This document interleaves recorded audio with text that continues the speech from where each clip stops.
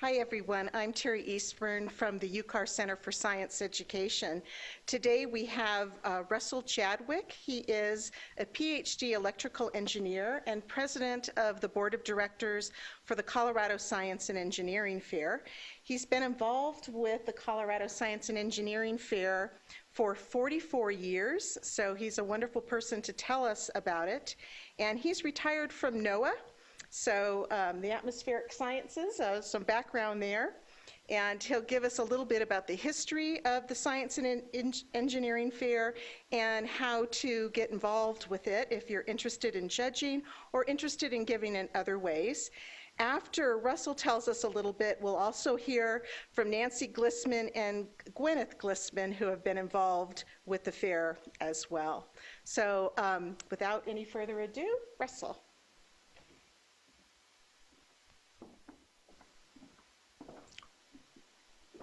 Thank you. And as you as you may suggest or realize, they always ask the old retired guy to do the history, and so that's my assignment today, and I'm just going to go ahead and do it. And we are the Colorado Science and Engineering Fair. Something about me, again, retired from NOAA. The second speaker is going to be Nancy Glissman, who handles our judging. And the third speaker is going to be Gwyneth Glissman, who's a CSCF alumni and has won the NCAR award. And the first thing that I'm going to talk about is the history behind Colorado Science and Engineering Fair, and then I'm going to tell a little bit about the finance.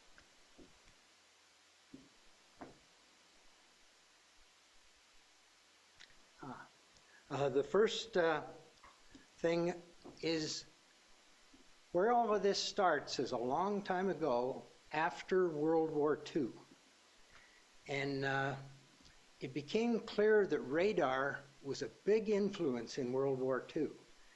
And it was decided we need to know more about propagation in order to make sure we use radar well in future wars.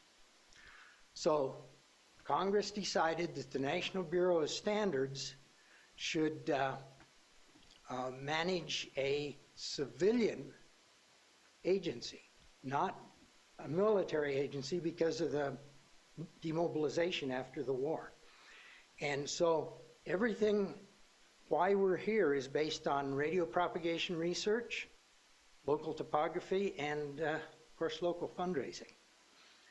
And the National Bureau of Standards decided that there should be a competition around the cities around the country where this new facility should be placed.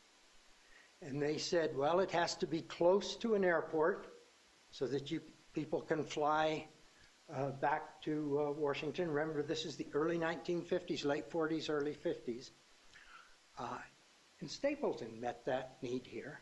It has to be close to a university that offers graduate programs. And CU met that requirement. And the tough one, it has to be close to a radio quiet zone.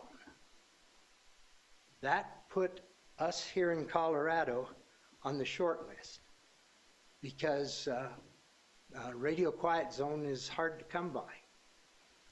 But if you think of north of Boulder, Table Mountain, I'm talking about the Table Mountain north of Boulder, not the Table Mountain down by Golden.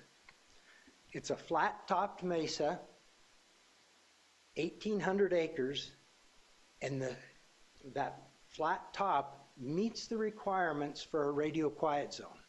And it's one of 2 radio quiet zones in the country today. And so that's the reason local topography is the reason then that NBS moved here, selected this site. Also local fundraising. When I came here in 1970, my landlord that I rented the first house from was the chairman of the local fundraising committee. And he told me I had to go back to my big contributors 3 times to get enough money to buy the necessary land that was needed before NBS would move here. And that move started the big scientific migration to Boulder, because after NBS moved here, NOAA moved here, NCAR moved here, Ball Brothers moved here, IBM moved here in just the next 15 years. So the reason a lot of us are here in Boulder, and the reason that that Boulder has the scientific character it does is because of radio propagation, local topography, and local fundraising. So the lab that was formed is called Central Radio Propagation Laboratory, part of the National Bureau of Standards. Started in the early 50s. The original staff members lived or had offices in rental properties around Boulder. My first boss, his office was in the Boulderado Hotel for 2 years. But in September of 1954, President Eisenhower dedicated the building that you know as the NBS building, or now the NIST building, on South Broadway. And then shortly after that, the first science fair was held in 1955, less than a year after President Eisenhower dedicated the building. And 150 students from Colorado, Wyoming, attended the fair. And it was successful, and we've done 59 of them since then. This is the 60th year. And it went on at about 150 students, but the facility could only hold that many. And so in 1970, the fair moved to Cinderella City Shopping Center in Denver. And if you were around then, you remember that there was plenty of space there because it was a mall that couldn't rent all of its space. And so there was plenty of space for us. But there's one problem. It didn't have a lot of science and engineering. It wasn't like the Bureau of Standards. Or it wasn't like Colorado, the universities in Colorado. So in 1981, we moved to the Laurie Student Center at CSU, essentially to get more space, but also to get closer to science and engineering so that it would be a better experience for our students to come to our science fair. And we've proceeded since then. In 2000, Courtney Butler, our present fair director, when she came that year, there were 279 participants, and now in the past 12 years or so, 15 years, that has grown to about 310 recently. But that is packing them into Laurie Student Center. We couldn't put another single student in there. And last year, we had a problem. There's a big remodeling effort going on at Laurie Student Center, and it wasn't available to us. And so last year, we had to rent a nearby hotel, the Hilton Hotel. That caused 2 problems. Less space, so there were only 251 students, and also more cost, because renting the Hilton cost a lot more than renting the Laurie Student Center. So that's the situation as of last year. But this year, again, because of Laurie Student Center remodeling, there will be a lot more students, and we will have space for up to 400 students from around Colorado to participate in our fair.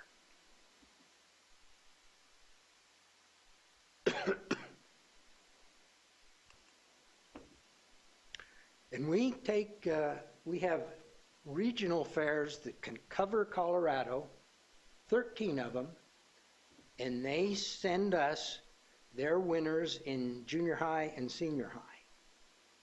And again, from around Colorado. And last year, we sent 14 of these students to ISEF, International Science and Engineering Fair, and STS, the Science Talent Search. Both of these are sponsored by Intel Corporation.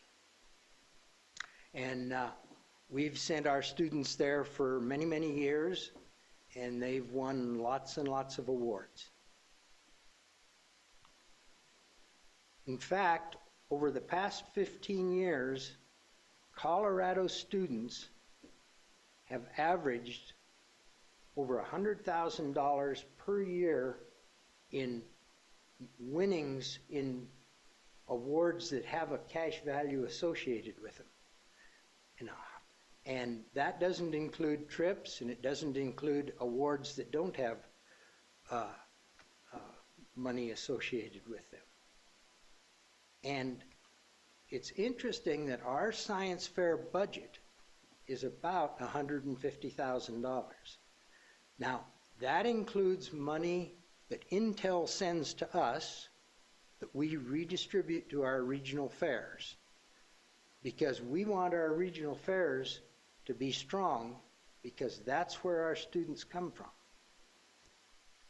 And if you stop to think about this, our budget is about $105,000, none of it from the state of Colorado, all from donations, and our students bring back that much money and more. So this is a good deal for Colorado. This is a good deal, believe me.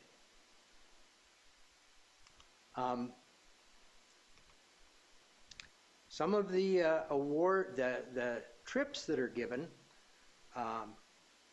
that are at ISEF, to over 13 countries.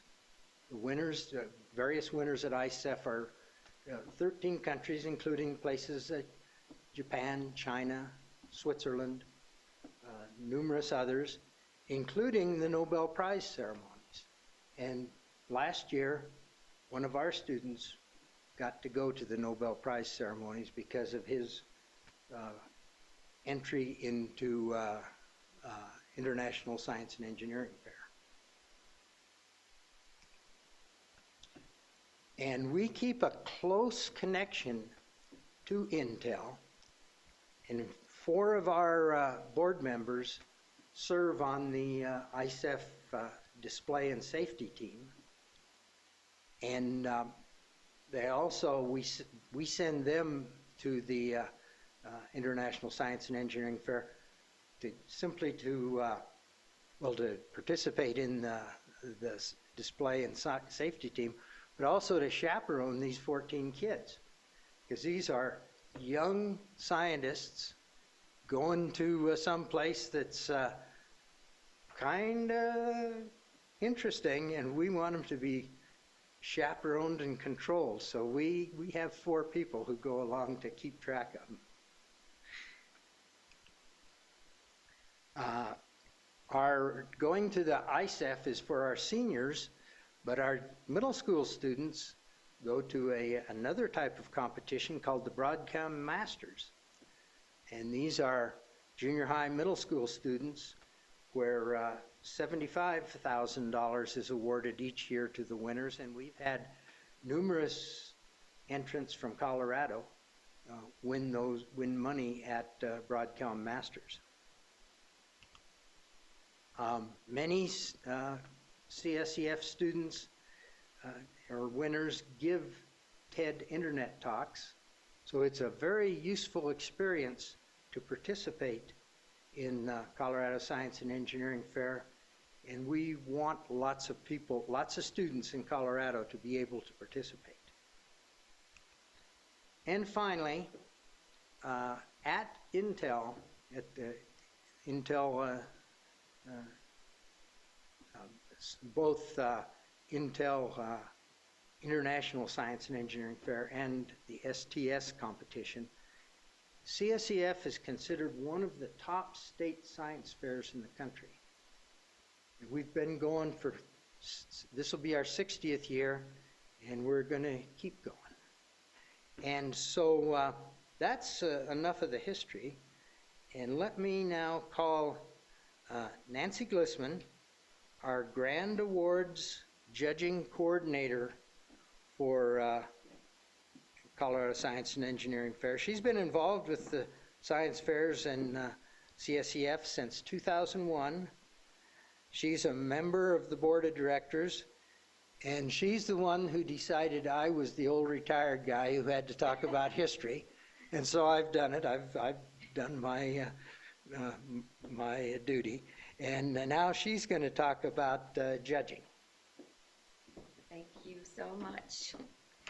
First of all, I want to thank you guys for letting us come and talk about this, because it's extremely important, as well as being an amazing opportunity for kids all over the state. So it's so competitive, as you well know, out there for kids to get scholarships. So this is a great place for these kids to get an ability to go through college and get good degrees and come back to Boulder and work at NCAR.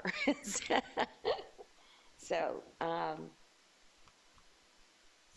there's a huge impact that the judges have, the Grand Awards judges. There are special awards judges that do come specifically, like for an NCAR award, will come specifically looking for certain criteria, whereas the Grand Awards judges are looking for first through fourth in each category in each division. So just to give you a couple of examples here, there are thousands, but Sarah Volz, this is fairly recently, and she started, this is Sarah right here, in 8th grade, and she started growing, I think it was bacteria in her basement and underneath her bed.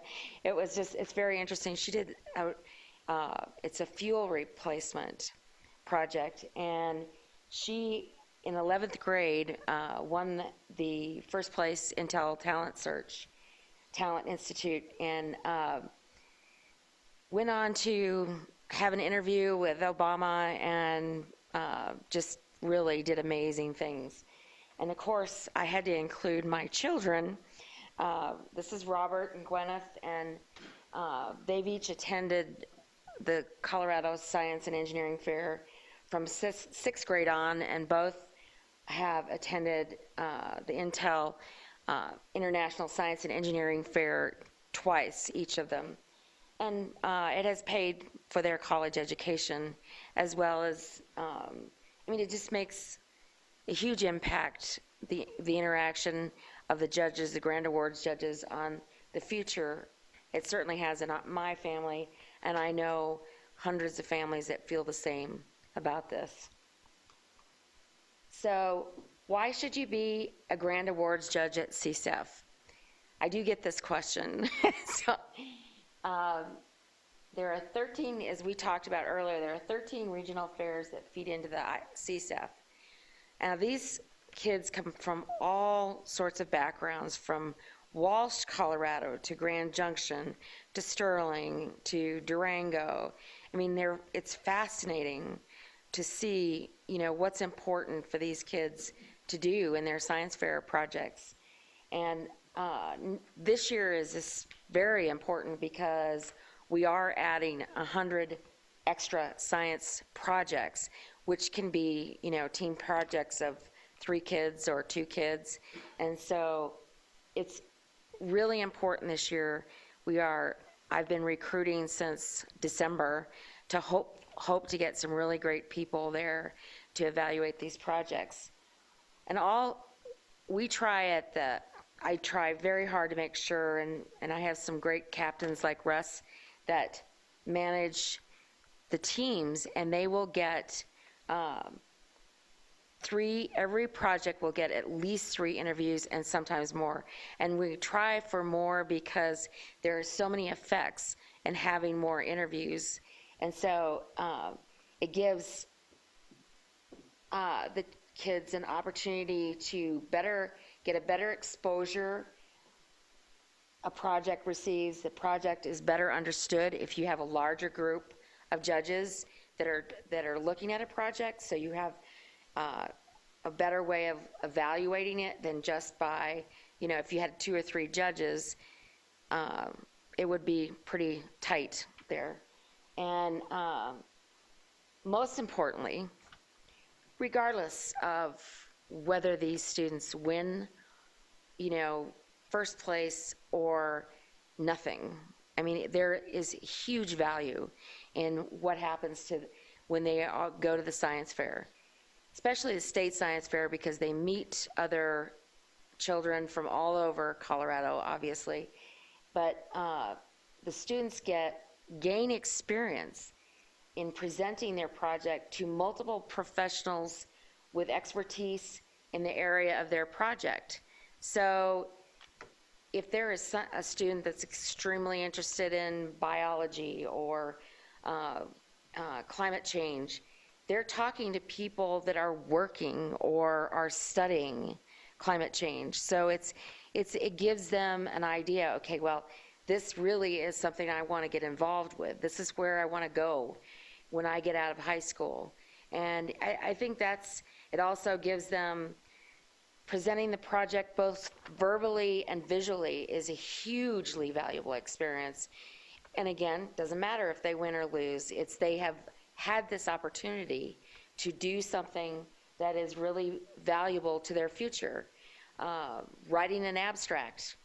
It's amazing how this experience of writing an abstract is something that over time is extremely valuable.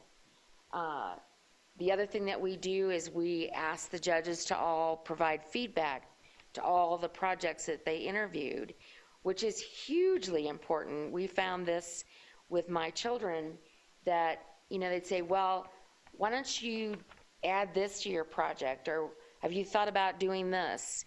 And it's not about being not being constructive, it's about being very constructive and trying to provide positive feedback, how they can improve, extend their scope, or other areas that they might be interested in beyond what they're doing in this project.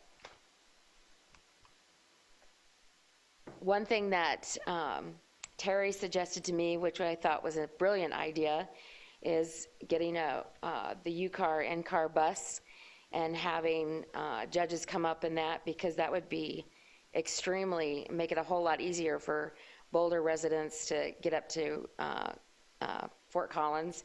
And I looked through my database, and we only have 2 judges signed up from here right now. So we'd love to have more. That would be fantastic. So this is another question that is asked of me a lot of times, and especially for first-time judges. Do you need experience doing this? We have some, like Russ, we have some very experienced people who are captains, who have been there several years and know the process. We require for middle school judges to have, at least be an undergraduate. They can't be a high school student. For senior division, we need an undergraduate degree and above to be able to judge in that area. All of our information is on the website, which I have a screenshot here that you can look at. But on the judge information page, if you scroll down, there are all these documents that you can look at. If you sign up to judge, register to judge, a lot of this stuff is already there, and you can download the judge's guide, the schedule, and we'll have more stuff up there. There are already abstracts up there for this year's fair, so it's coming in. So, and here's a screenshot where you can, this is our website page, and here's a sponsor link, and then what you're looking at right here is the Grand Awards Judge information page. And, you know, obviously we couldn't get it all on here, but if you scroll down, then you can see where the documents are, where the abstracts are, and they show the division, what division you want to look at, what category you want to look at. So, and right here, all you have to do is click this to register. So the next page is actually our registration page, and right here we have a discussion of conflict of interest, which is obviously very important, because if somebody is involved with a project, mentoring a project, they can't judge the project. Or if they have judged the project in another fair, they cannot judge it again at the CSEF. So, but it's pretty self-explanatory. It's really easy to create an account, and I'll be sending out information, email, or if you require mail, there's a place where you can check that, and I will send it by mail. But it's very easy to register. It's very, very, and I have heard wonderful, wonderful things from people, new judges and people that have been doing this. And we have, like Russ, we actually have Dean N has been there since the very beginning as a participant or a judge. And he's been a captain of our senior chemistry for, you know, and he loves this. He is totally dedicated to doing this. And there are people that have been there a year. We get a lot of students that come in and judge, especially from CSU. So we need some CU students as well. but I think that it's an extremely important and valuable experience, because it makes a huge impact on the lives of all these children, not just the winners, but the ones that say, wow, I really want to come back and do this again. I really want to make this, you know, something I do every year, not just because my teacher told me, but because I want to come back. And so it's been, you know, I think that my favorite part of the whole fair is handing out the grand awards on Friday night and shaking the hands of all these, especially the middle schoolers, because they are so amazing. And I've come close to having broken fingers, but they're really special. And you really see the impact. You know, a lot of the judges don't make it because it's, you know, it's a long day and they don't want to come back on Friday, but it's a very special opportunity to see the awards handed out to these students, because it means so much to everybody. So, and I would like to go on and introduce my daughter, Gwyneth Glissman, who is alumni of the Science and Engineering Fair, Colorado Science and Engineering Fair, as well as an International Science and Engineering Fair. She is a member of the board of directors at CSEF, and right now she's currently attending the University of Colorado.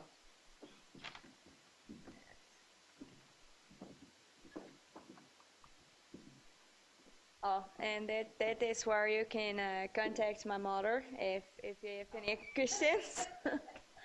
All right, so I'm basically going to speak about the students' point of view and what it's like to be able to have this opportunity to compete in the science fair and what it brings to you as a student.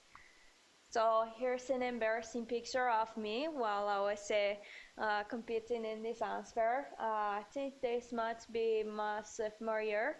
I did multiple years. I started in sixth grade and went 8th grade, freshman year, sophomore year, and my junior year of high school. And my first project was about snowmelt and how fast it melts on a tree branch. That was my sixth grade project. And my eighth grade project, I built an actual CO2 scrubber and put it on my parents' car. It works for like 5 minutes, but it did work. So that was excellent. My freshman year, the year before this, I did a project with my brother, my older brother, and we looked at climate modeling on a PC computer rather than on a large scale measure computer. And so we figured out that it's really hard to do that, but we were able to look at specific independent variables and model them in 3 dimensions. And we did pretty well. We won first place at the regional fair. We won, I think, second place at the state fair. And we went on to the international science fair, and we won $20,000 from Homeland Security, as well as a bunch of other opportunities while we were there. Then my sophomore year of high school, I started my 2-year project where I looked at albedo geoengineering. And for those of you that do not know what that is, which is probably very few, it is artificially increasing the Earth's reflectivity in such a way that it compensates for the heat increase due to climate change. And so basically, I came up with my own proposal and wrote a bunch of programs to examine a bunch of data that showed that my proposal would work and it would postpone the impacts of climate change. So I did roll well. I won first place at the regional fair. I won first place at the state fair, all fair, at the CSF. And then I went on and won some pretty big scholarships at the international fair. So I was able to pay for college, which is excellent. So that's been said. All right. So basically, I'm not going to explain what it's like to put together a science fair project and what it takes for a student to get to CSF, to talk to those of you that will be judges.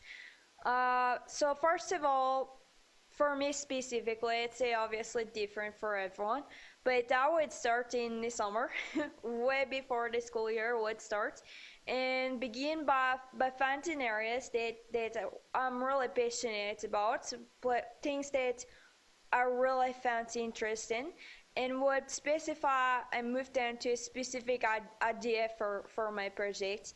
And from there, I would do research for weeks and weeks and weeks, and just figuring out all that I could know about that area of research.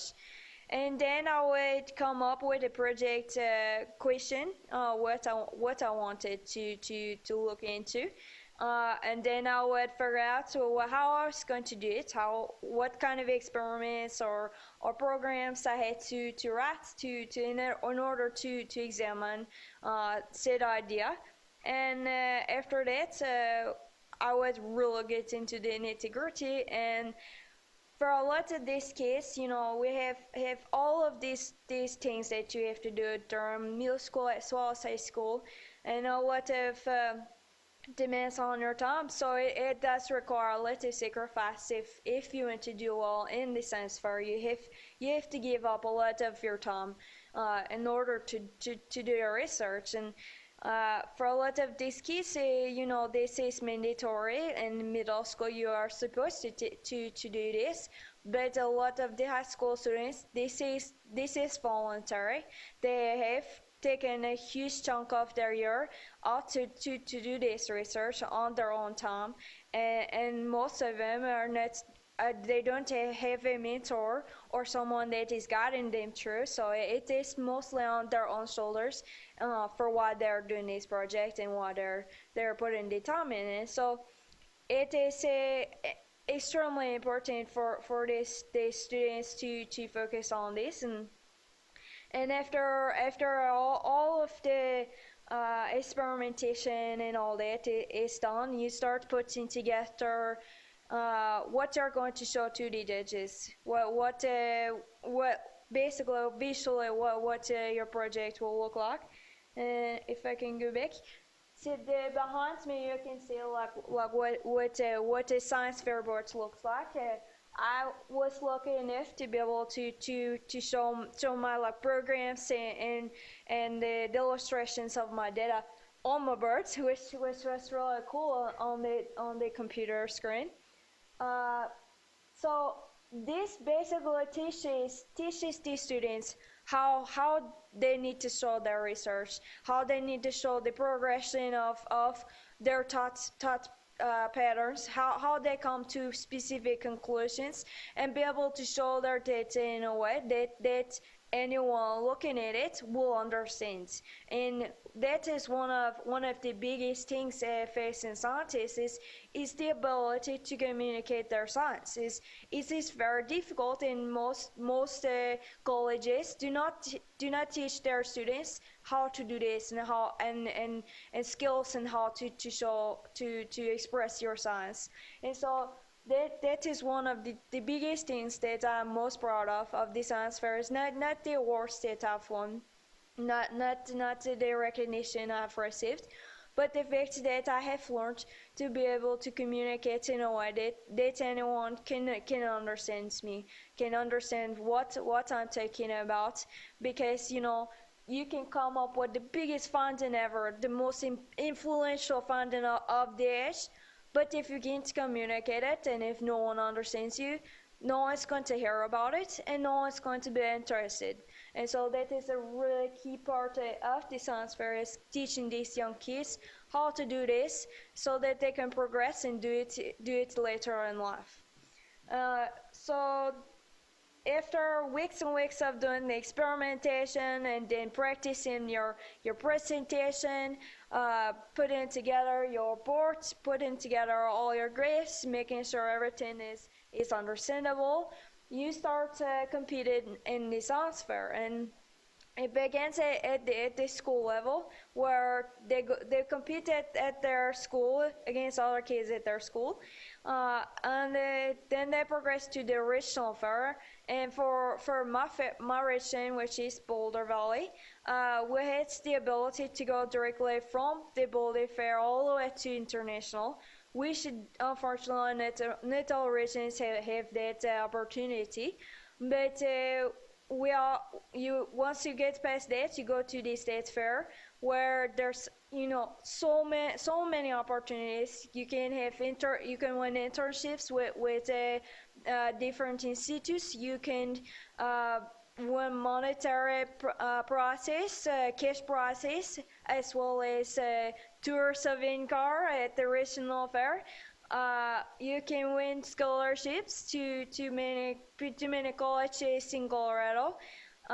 You can win all of these awesome prizes, but like my mother talks about, the biggest prize here for the students is to be able to talk to people in the areas that they are so fascinated in, to be able to see people that, like everyone at NCAR, that are working in these areas, that have gone through the process of school, have done all these things, to be able to talk to them and really talk about science that interests both of you, that fascinates both of you, and be able to connect and see what maybe their future will bring to them. And so at the state fair, you get a lot more experts and professionals in their field. So after that, you can go to the international fair, which is mind-blowing, because it's basically the Olympics for science fair. You have countries from all over the world. So I think the last time I competed, there was at least 70 countries. 1,500 kids competing against each other. These are basically the smartest people from all over the world competing together. And what is funny is a lot of people ask me, like, why didn't you do science ball? It's a lot of fun. You get a team together and you compete against other teams about facts and all that. But the thing about science fair that I love so much is it teaches you the scientific methods. It teaches you how to do research rather than memorizing facts and keeping scientific facts in your heads, which is very cool. You know, you can whip out the facts for your friends or to talk to other people, but it's nothing like being able to understand the scientific method and to utilize it later in life. So now I'm going to talk about other opportunities that the science fair exposes the students to, which I kind of touched on already. But so for me personally, I starting at the regional fair. It was incredible because I got internships at the National Center for National Snow and Ice Data Center.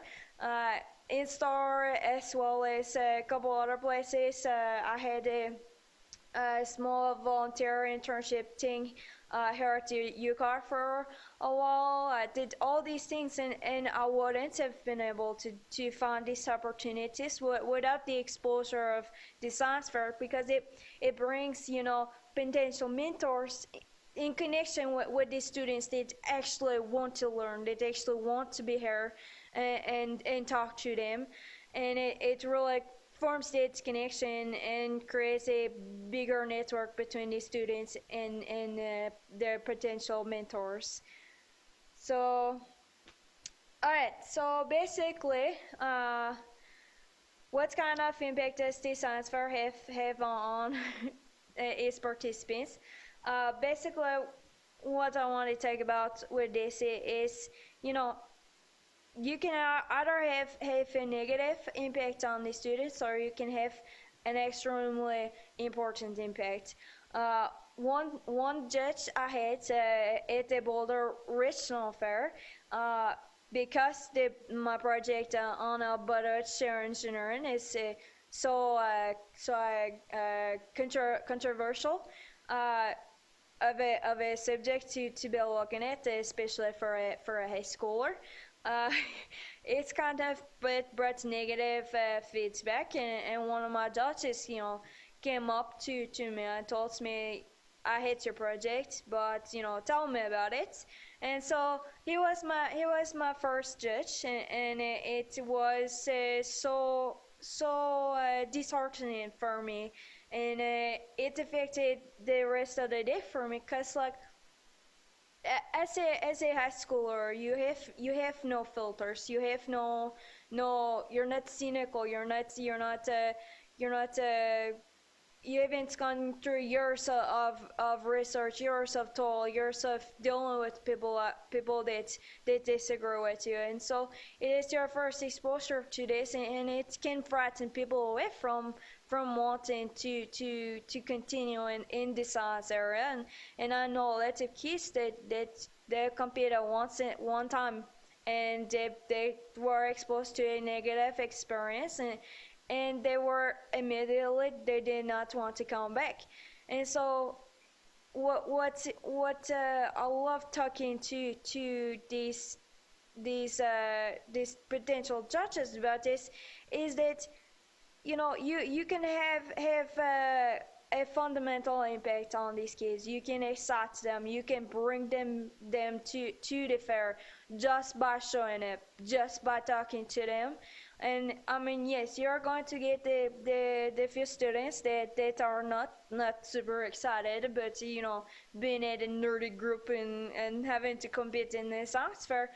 But there are all the rest of them that are there, that are so excited to be speaking with anyone that is willing to talk to them about this project that they put weeks and months of work into, and it's such a cool opportunity to be able to learn and to start your scientific career in at such a young age, and learn these things that, you know, when I started college, when I'm at CO and studying science, and most of, if not all, the other kids in my major, in my classes, they had no idea how to write an abstract, and so it's been like edges learning how to write an abstract, and for those kids they don't go into the sciences after doing the science fair. It's just a way of expressing yourself without lots of words, which is so important because you know, you can when you're talking to someone like today I've been very wordy, but you know, when you're talking to someone and the ability to talk succinctly, to express yourself in a way that is clear, is important for everyone. And so being able to teach these kids at a young age about this will have such an impact, and it excites them as well as the judges. I mean, most of the judges that I've talked to, like, I've never once met a judge that did not have an amazing time talking to these kids, because you know, if you really connect with these students, it changes their lives, it changes your life. And so being able to have you guys come and talk to these kids would be amazing. And so, you know, please contact my mother about judging in the grand awards, and even if you can't judge, you know, if you're busy the days of the fair, you know, you can sponsor, you can help fund money for the fair, you can help fund money to send more students to the international fair, and give these kids the opportunity of a lifetime, and be able to make a difference on our future generations. And so please contact my mother about judging, or Russ about ways of sponsoring, and if you have any questions from me specifically about what it was like for MSA students, please ask Terry Esburn for my email, and I will answer any questions that are put to her. So thank you very much for the opportunity to come in and talk to everyone.